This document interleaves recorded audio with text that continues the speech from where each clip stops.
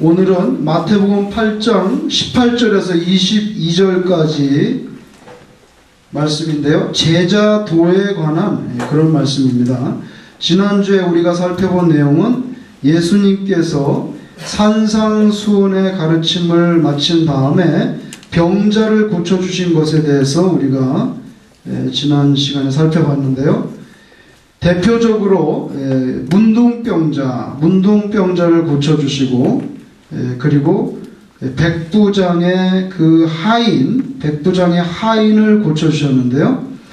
문둥병자는 유대인이었던 것으로 그렇게 생각합니다. 왜냐하면 병 고친 다음에 제사장에게 가서 확인을 받고 제사장에게 율법에서 규정하는 그런 예물들을 드려라 하는 거 보면 유대인이 아니라면 그럴 필요 없어요. 유대인이었던 것으로 보이고, 백부장 하인은 이방인이었던 것으로 그렇게 생각합니다. 그래서 예수님께서는 택함 받은 이스라엘 백성 유대인만 치료하시는 것이 아니라 그 다음에 이방인까지도 치료해 주시는 그런 보편적인 하나님으로 성경에 묘사가 되어 있는데, 문둥병자는 손으로 직접 대가지고 손으로 직접 터치하셔서 고쳐주셨고, 백부장은 아시는 대로 말씀으로, 사실 환자를 보지도 않았어요. 환자를 보지도 않고 말씀으로 고쳐주셨습니다. 말씀으로. 우리는 실제로 예수님을 보지 못했죠. 예수님께서 우리를 타치하신 적도 없어요. 우리는 다 이 백부장의 경우처럼 예수님의 그 말씀만 듣고 지금 예수님을 믿는 사람들입니다. 여기에 속하는 사람들인데, 백부장의 하인을 고쳐줬어요, 예수님께서. 그래서 하인은 그 병, 중풍병이었는데 그 병 고침을 받은 다음에 당연히 백부장을 잘 계속해서 섬겼을 것으로 우리가 그렇게 추측합니다. 우리는 중풍병보다 더 심한 병, 무슨 병이냐면 사실 죄라고 하는 병이죠. 이 죄라고 하는 병이 있는데, 이 죄라고 하는 병에서 고침을 받았습니다. 구원을 받는다는 것, 구원을 받는다는 건 죄라는 병에서 고침을 받는 거죠. 백부장의 하인은 병 고침을 받은 다음에 백부장을 잘 섬겼을 것으로 생각되는데, 우리는 죄 가운데서, 죄라고 하는 이 지독한 병에서 치료를 받고 구원을 받은 다음에 그 다음에 예수님을 잘 섬기냐는 거예요. 백부장의 하인은 고침받은 다음에 계속 백부장을 잘 섬겼는데, 우리는 죄라고 하는 이 무서운 병으로부터 고침을 받았는데 예수님을 잘 섬기는가. 그래서 이제 예수님께서는 오늘 이것에 대해서 가르쳐 줍니다. 참된 제자도, 예수님을 따르는. 오늘 본문에 보면 마태복음 8장 18절에서 22절까지 제자에 관계된 두 사람이 나와요. 어떤 사람이냐면 서기관이 나옵니다. 서기관. 이 서기관은 오늘날로 말하면 엘리트라고 볼 수 있어요. 공부도 많이 한 사람입니다. 그리고 사회적으로 안정된 삶이 보장된 사람이죠. 우리가 소위 말하는 율법학자입니다. 율법학자예요. 율법학자. 이 사람이 나 제자 되고 싶다고. 나 제자 되고 싶은데요, 예수님 따라가겠습니다. 오늘 예수님 말씀하신 제자도에 대해서 첫 번째 케이스입니다. 어떤 사람은 예수님, 나 예수님을 따르겠는데 부친 장례를 지내고 와서 따르겠습니다 했는데, 이 두 가지 케이스에 대해서 예수님께서 사실은 다 거절했어요. 제가 볼 때는 다 거절했어요. 서기관이 예수님을 따르겠다, 이 제자의 무리 가운데 들어오겠다는데 NO 했어요. 여기다가 나가는 사람, 예수님 내가 부친 장례 좀 지내고 오겠습니다, 역시 똑같이 NO 했습니다. 오늘 성경을 이따 보면 좀 자세히 할 수 있지만 기왕에 지금 예수님을 따라다니는 무리들이 있어요. 이렇게 예수님을 따라다니는 일단의 제자들의 무리가 있습니다. 그리고 아직 예수님의 제자라고 하는 이 서클에 들어오지 않은 많은 사람들이 여기 이렇게 있어요. 많은 사람들이 여기 있고 지금 벌써 확실하게 예수님을 따르는 예수님의 제자들이라고 하는 이 그룹 서클 안에 들어온 사람들이 있어요. 근데 서기관은 여기 들어와 있는 사람이 아니거든요. 서기관은 이 밖에 있는 사람이에요. 지금 밖에 있는 사람이 들어오겠다는 거예요. 나도 좀 조인합시다 했는데 사실은 예수님의 말투로 봐서 NO 했어요. 그리고 이따 성경 보면 알겠지만 부친의 장례를 지내고 계속 쫓겠다고 하는 사람은 여기 밖에 있는 사람이 아니에요. 여기 제자들 그룹 이 서클 안에 있는 사람이 나가겠다는 겁니다. 지금 자세히 보면 나가겠다는 거예요. 예수님이 이것도 NO 했어요. 나가는 것도. 왜 예수님께서 이 제자도를 말씀하시면서 예수님을 따르는 것에 대해서 말씀하거든요. 예수님을 따르는 것에 대해 말씀하시면서 밖에서 들어오겠다는 것도 노하고 안에서 나가겠다는 것도 노했어요. 왜 예수님이 그렇게 말씀을 하셨을까? 우리가 본문을 한번 봐야 될 것 같습니다. 한번 보시죠. 8장 18절 예수께서 무리가 자기를 애워싸는 것을 보시고 많은 사람들이 예수님을 쫓아다니고 왜? 병 고치는 걸 봤거든요. 병 고치는 거를. 그죠? 8장에 보면 나병 환자를 고치고 그 다음에 백부장 하인을 고쳤거든요. 병 고치는 걸 보고 나니까 막 그냥 예수님한테 밀려들었어요. 예수님께서 애워싸는 것을 보시고 건너편으로 가기를 명하니라. 건너편으로 가자. 그 다음에 19절 한 서기관이 나와 예수께 아뢰되 선생님이여 어디로 가시든지 저는 따르리이다. 제자가 되겠다는 거예요. 어딜 가겠든 따겠습니다. 이 서기관은요 지금 현재 예수님을 따라다니는 이 제자들 그룹 이 서클 안에 들어있지 않던 사람이에요. 밖에서 들어오겠다는 겁니다. 어딜 가시든지 나 따라가겠습니다 하고 서기관이 예수님께 왔어요. 이 서기관은 율법학자고 사회적으로 안정된 지위를 누리고 그 당시에 소위 엘리트라고 하는 사람이에요. 이런 사람 들어오면 좋지 않겠어요? 그리고 자기가 뭐 자진해서 따라 들어오겠다는데 왜 그걸 거부해? 그런데 예수님의 말씀이 시원치 않아요. 보세요. 20절에 예수께서 이르시되 여우도 굴이 있고 공중에 새도 거처가 있으되 인자는 머리 둘 곳이 없다 하시더라. 끝. 이 말씀으로 봐서 제가 생각하기에는 이거 거절하신 것 같아요.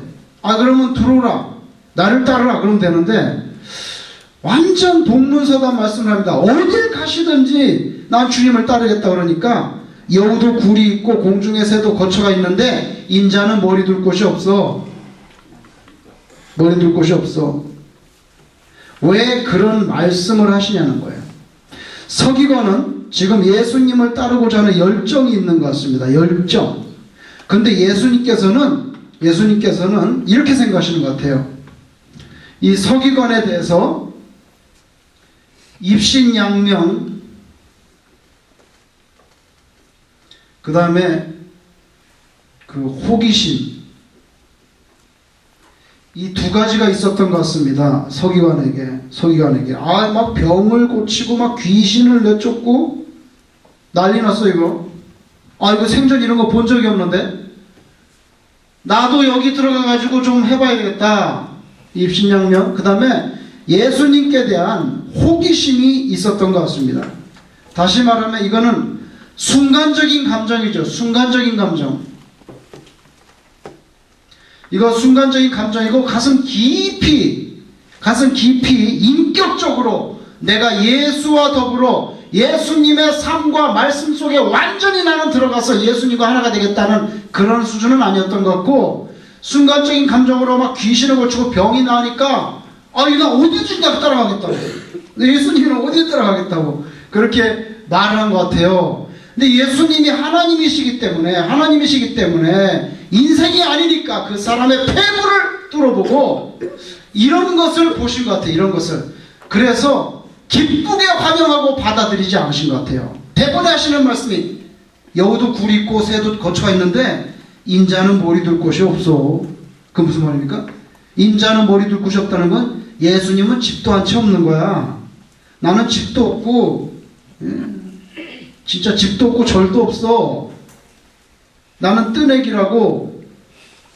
나를 따르면 부귀영화나 이런 것이 보장되지 않고 고난과 희생과 고독 이런 것들이 따르는데 너 정말 나를 따를 수 있겠어?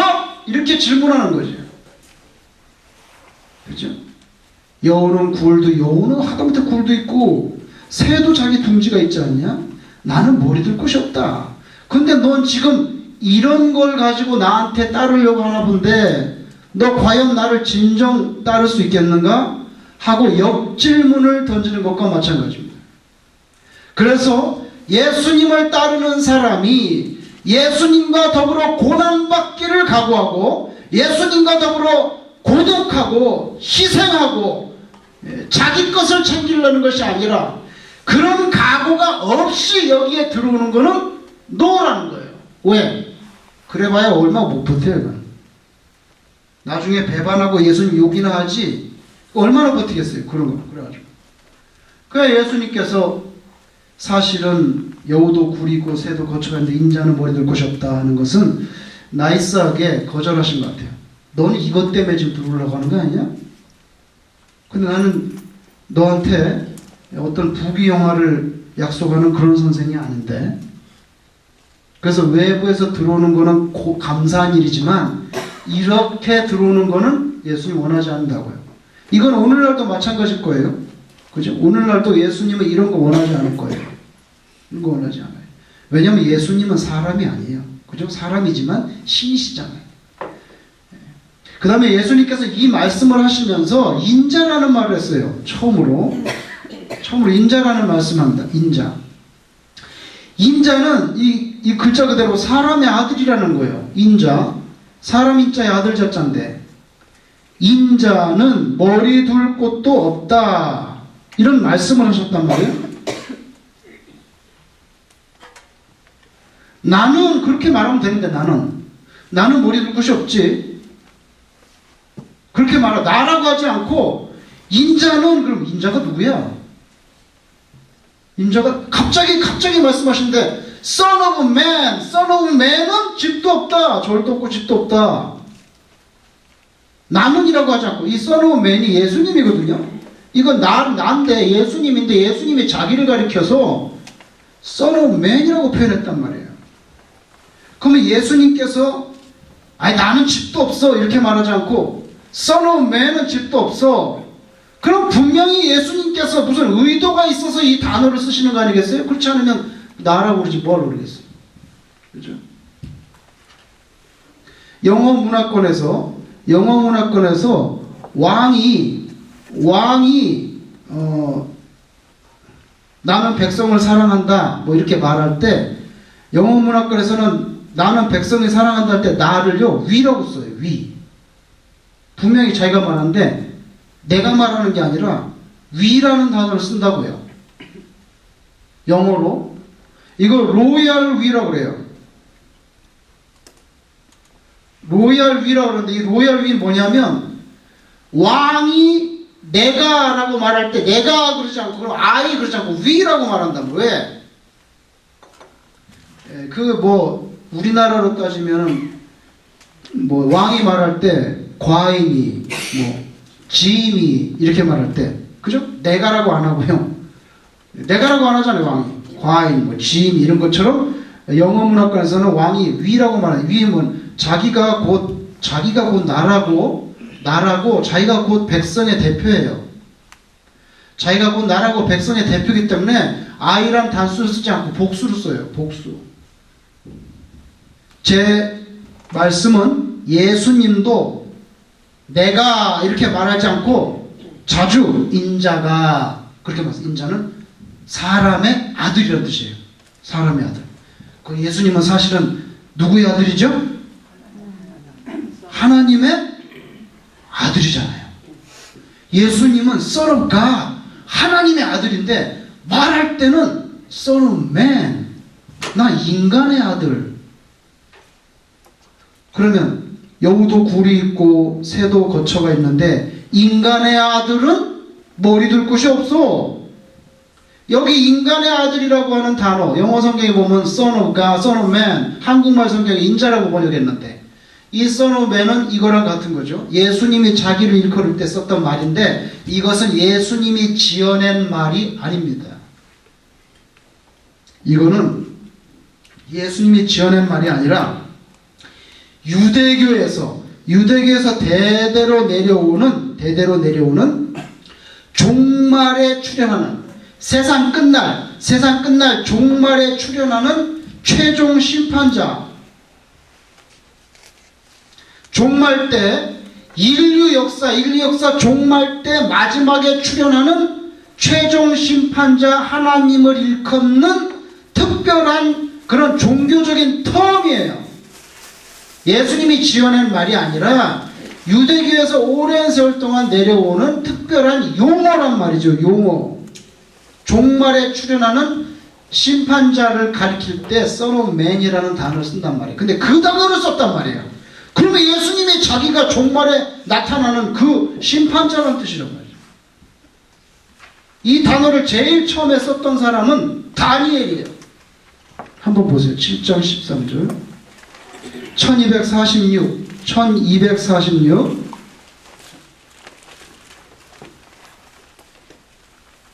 그러니까 이거 예수님이 지어낸 말이 아니에요. 인자란 말은 1246페이지에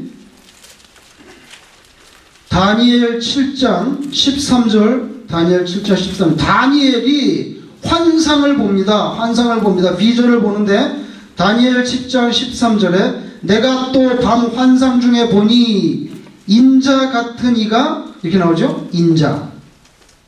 이게 Son of Man이에요. 사람의 아들 같은 사람이 하늘 구름을 타고 막 와요. 하늘 구름을 타고 와서 옛적부터 항상 계신 이는 하나님입니다. 그죠? 옛적부터 항상 계신 이는 하나님이에요. 하나님에게 나아가 그 앞으로 인도됩니다. 인자가 글자 그대로 Son of Man인데 하나님 앞으로 인도됐어요. 그 다음 보세요. 14절. 그에게 권세와 영광과 나라를 주고 모든 백성과 나라들과 다른 언어를 말하는 모든 자들이 그를 섬기게 하였으니. 하나님이 인자를 모든 세상 사람들이 인자를 섬기게 하였으니 그의 권세는 소멸되지 아니하는 영원한 권세. 그의 나라는 멸망하지 아니할 것.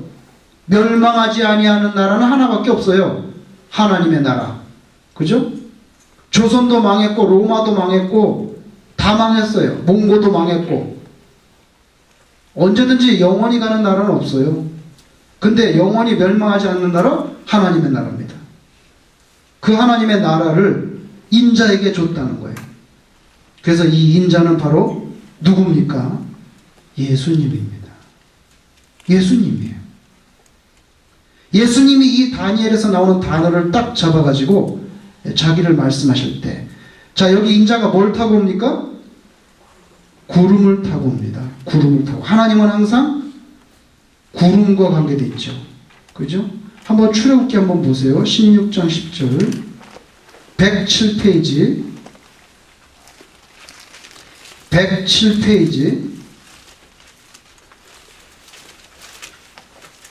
출애굽기 16장 10절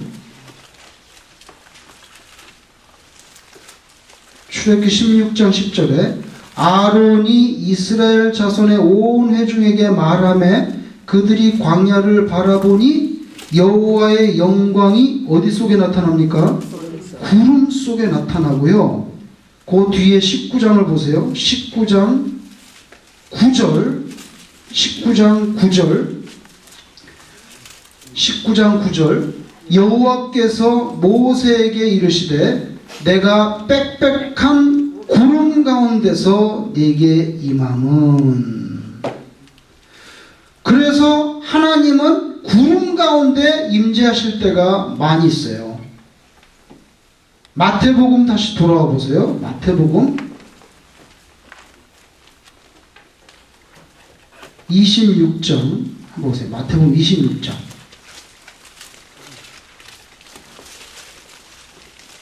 마태복음 26장 64절 한번 보세요. 64절.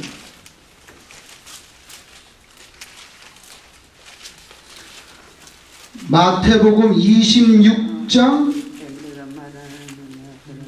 64절.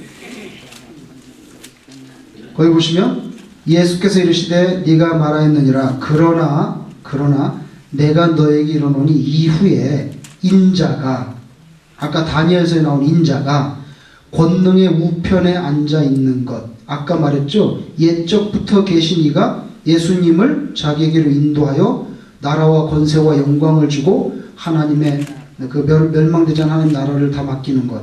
그래서 인자가 권능의 우편에 앉아 있는 것과 그 다음에 뭘 타고 옵니까? 하늘 구름을 타고 오는 거. 다니엘에서도 구름 가운데 인자가 임하는 그런 환상을 봤거든요. 구름을 타고 오는 것을 너희가 보리라. 요한계시록을 한번 보세요. 요한계시록 1장. 맨 뒤에 요한계시록 1장. 요한도 환상을 봤는데, 사도 요한도 환상을 봤는데, 요한계시록 1장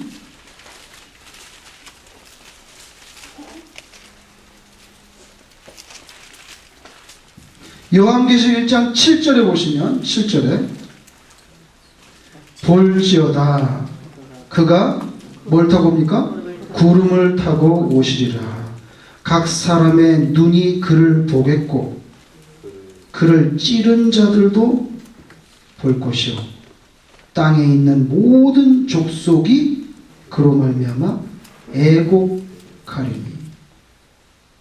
왜 애곡합니까?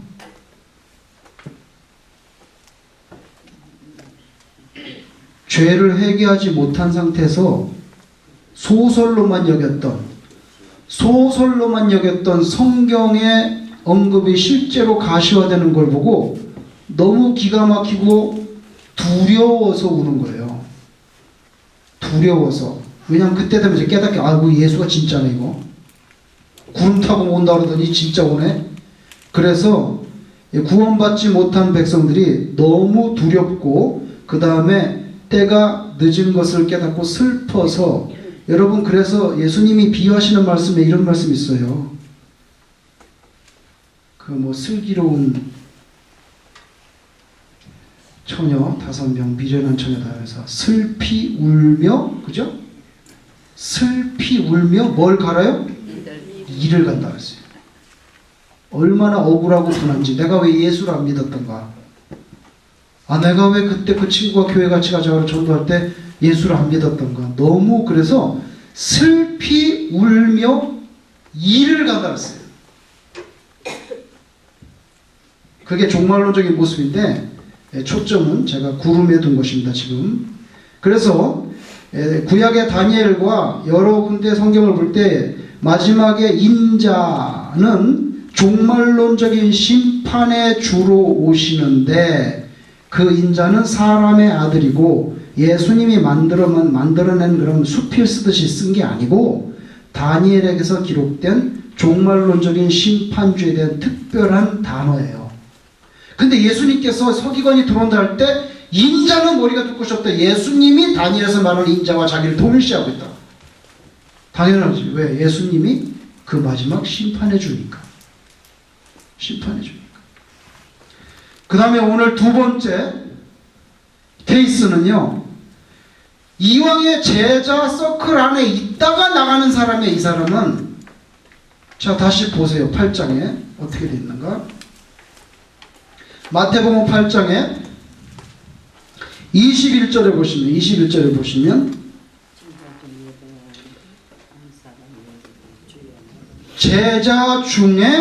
제자 중에 또 한 사람이 이르되 주여 내가 먼저 가서 내 아버지를 장사하게 허락하옵소서. 예수께서 이르시되 죽은 자들이 그들의 죽은 자들을 장사하게 하고 너는 나를 따르라. 그러니까 뭡니까? 허락하옵소서. 내 아버지를 장사하게 허락하옵소서 했는데 사실은 NO 한 거예요. 근데 21절에 보면 제자 중에 또 한 사람. 이 말은 이 지금 아버지 장사 지내고 오겠다는 사람이 보세요. 여기 예수님의 제자들 그룹 서클이 있는데 여기에 들지 않고 여기 왔다 갔다 하던 사람들이 예수님 나 들어갈 건데 아버지 장례 좀 지내고 들어가겠습니다. 이 말이 아니에요. 이 사람은 제자 짐이 이미 예수님을 따르고 있는 사람이라고 그죠? 제자 중에 있다가 뭐냐면 예수님 나 잠깐 나갔다 올게요. 휴가 좀 주세요. 나 나갔다 올게요. 나 아버지 장례 지내고 다시 돌아오겠다는 거예요. 다시 돌아오겠다는 거예요. 이 밖에서 얼쩡거리던 사람이 아니에요. 이 안에서 있다는 사람이 나가겠다는 거예요. 근데 예수님이 여기서 노했어요. 그러면서 뭐라고 말씀하셨냐면 죽은 자들로 하여금 죽은 자를 장례하게 하고 너는 나를 따르라. 아니 무슨 말씀입니까 이거는? 죽은 자들로 하여금 죽은 자를 장례하고 너는 나를 따르라니. 이게 무슨 말씀이에요?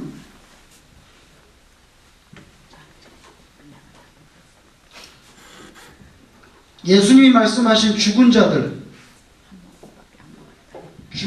하여금 죽은 자들로 두 번을 말씀하셨는데 죽은 자들을 두 번 말씀하셨어요.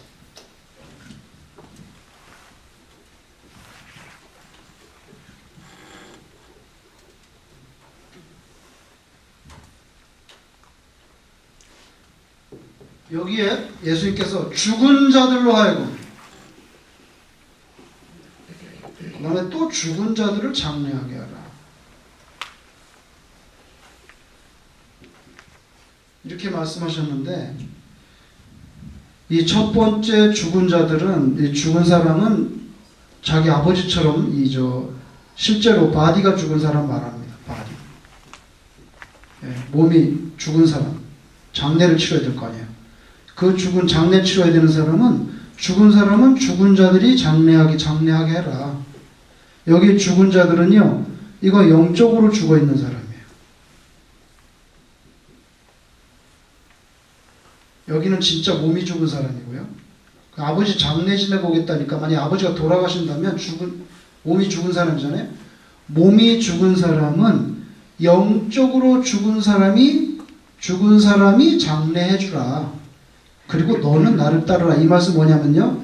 여기 보세요. 여기 서클 있잖아요. 여기 제자들 그룹이 있어요. 그리고 이 안에 들어오지 못한 많은 사람들이 있어요. 아까 서기관도 들어오겠다고 해도 했고 여기 들어오지 않은 많은 사람들이 있는데 많은 사람인데 여기 한 제자의 아버지가 돌아가셨거나 앞으로 돌아가실 거예요. 앞으로 돌아가실 거면은 이 장례는 누가 지내냐면 네 아버지 돌아가셨냐? 돌아가신 이 죽은 자는 이 죽은 사람이 장례하라는 거예요. 이 죽은 사람은 예수님의 제자가 아닌 수많은 사람들, 예수님을 따르지 않는, 예수님을 믿지 않는 불신자들, 이 영혼이 사실은 영혼이 죽어있는 그 사람이 장례 지내라 이거예요. 죽은 자는 죽은 자들이 장례 지내주고 너는 여기 그냥 있어 계속. 너는 계속 나를 따르라고. 나가지 말고. 아버지 장례 진다고 나가면 안 되지. 이것은 예수 그리스도의 제자로 따르는 그 제자도에서 벗어나지 말라고 하는 거예요.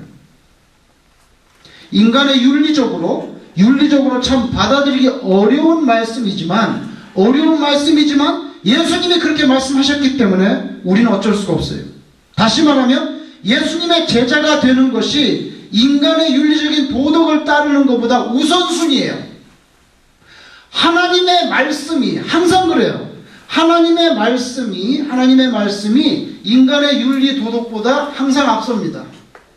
그건 어떻게 할 수가 없어요. 하나님께서 그렇게 명령하시기 때문에.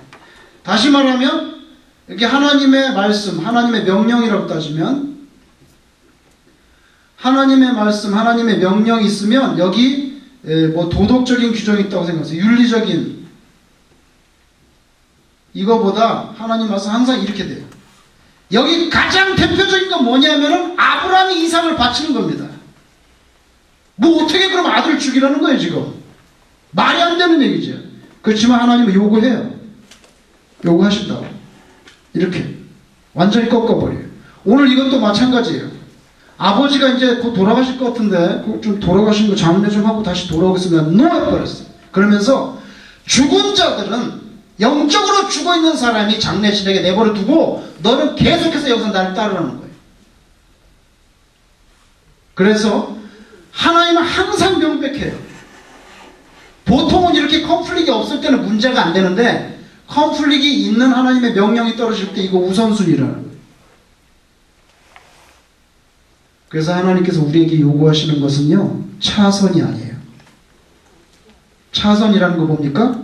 차선이라는 건 아버지 장례 지내고 그리고 하나님 명령 따르겠습니다. 아버지 장례 지내고 예수님 따를게요. 그럼 1번, 2번 이거 차선이잖아요. 이거 차선이잖아요. 예수님, 하나님 이거 원하지 않아요. 하나님께서 우리하고 요구하는 것은 차선이 아니라 최선이에요. 최선은요, 이게 1번이에요. 이거 2번. 하라는 대로 하는 거예요. 하나님 우리한테 항상 요구하는 거 이거예요. 이걸 부인할 수가 없어요. 부인할 수가 없어요. 왜? 성경에 끊임없이 말씀을 하기 때문에 부인할 수가 없어요.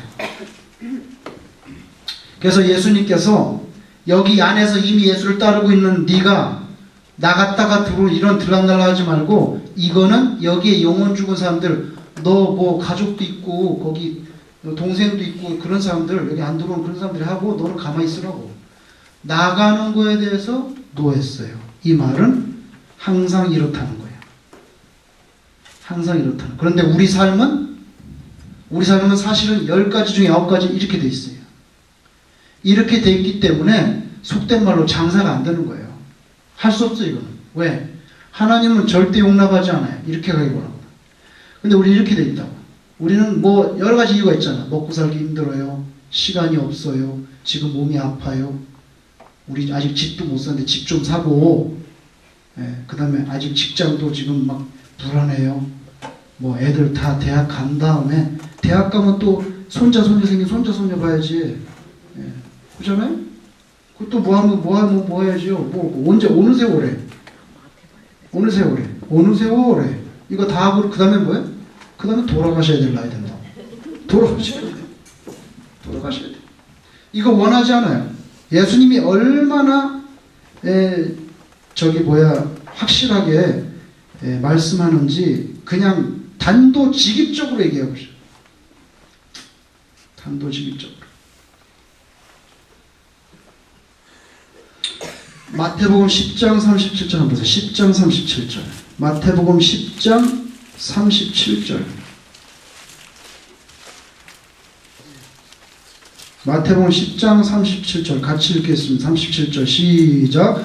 아버지나 어머니를 나보다 더 사랑하는 자는 내게 합당하지 아니하고 아들이나 딸을 나보다 더 사랑하는 자도 내게 합당하지 아니하며.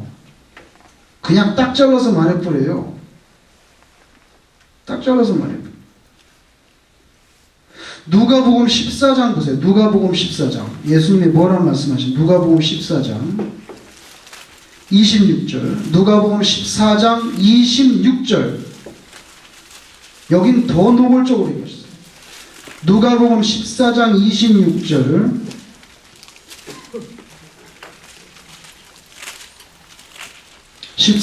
같이 읽겠습니다. 시작. 너는 내게 오는 자가 자기 부모와 처자와 형제와 자매와 더욱이 자기 목숨까지 미워하지 아니하면 능히 내 제자가 되지 못하고. 뭐 더 이상 어떻게 노골적으로 얘기를 해요?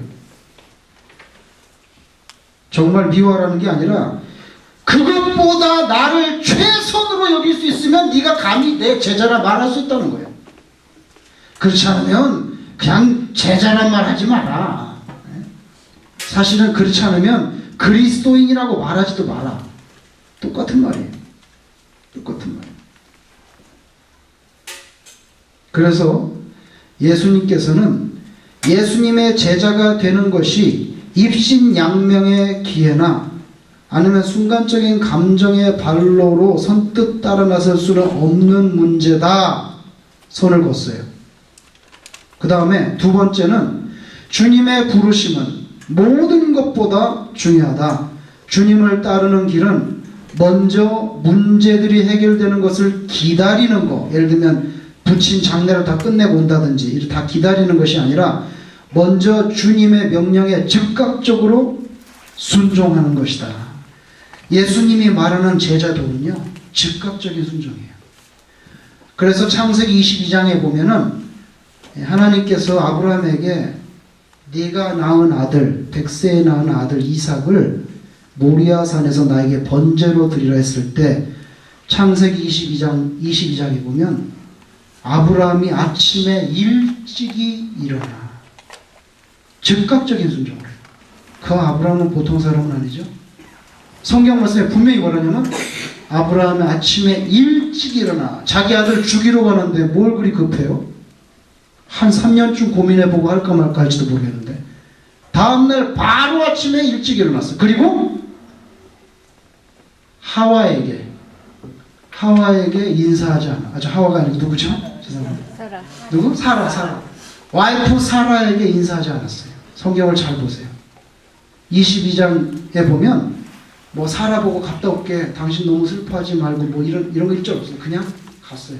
아마 maybe 사라는 그 사건을 알지도 못했는지도 모르겠어요. 말을 안 했는지도 모르겠어요. 수염 다 잡아당기고 그 말하면 아마 그냥 수염 다 뽑혔을 거예요. 아브라함.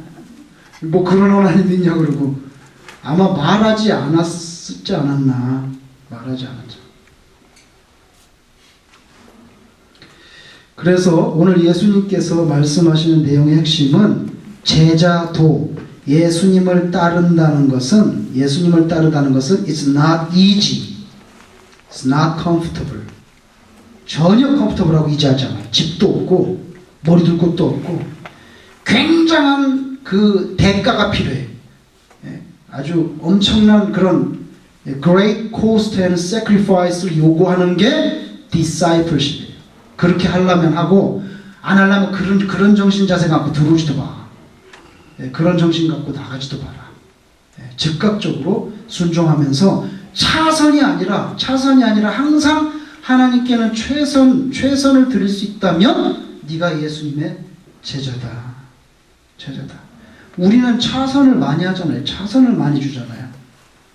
최선을 안 드리고 차선 다 쓰고 남은 물질 내가 다 하고 나서 좀 시간 되면 남은 시간 봉사 이런 거 다 차선이에요.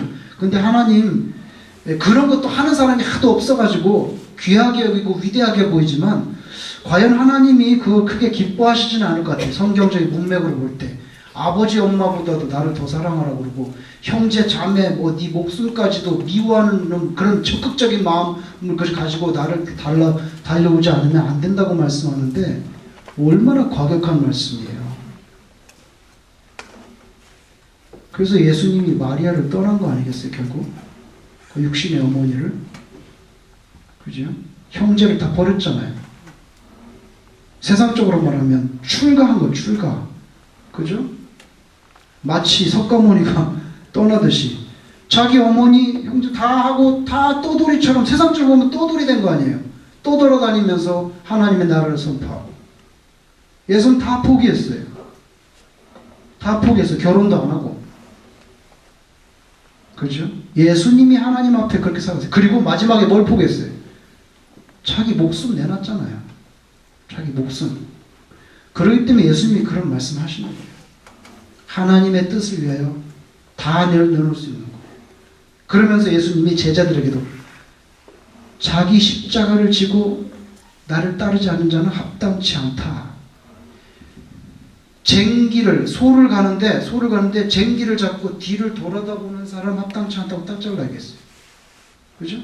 여러분 소가 앞에 있고 쟁기가 있는데 이걸 막 힘을 다해서 눌러야 되잖아요. 그래야지 땅이 파지죠. 소는 앞으로 가고 있는데 쟁기 붙잡고 이렇게 하면 어떻게 힘을 씁니까 이거? 어떻게 힘을 써요? 쟁기가 흘러서 밭에서 빠져버리잖아요. 쇳덩어리가. 그죠? 그러니까 쟁기를 붙잡고 뒤를 돌아보는 사람 하나님의 나라에 합당하지 않다고 완전히 예수님께서 선언합니다. 예수님은 사람이지만 하나님이시기 때문에 우리가 거기에 대해서 뭐라고 토시를 달 수는 없어요. 하나님이 우리에게 원하시는 거, 예수님이 우리에게 원하시는 거 명백하게 최선입니다.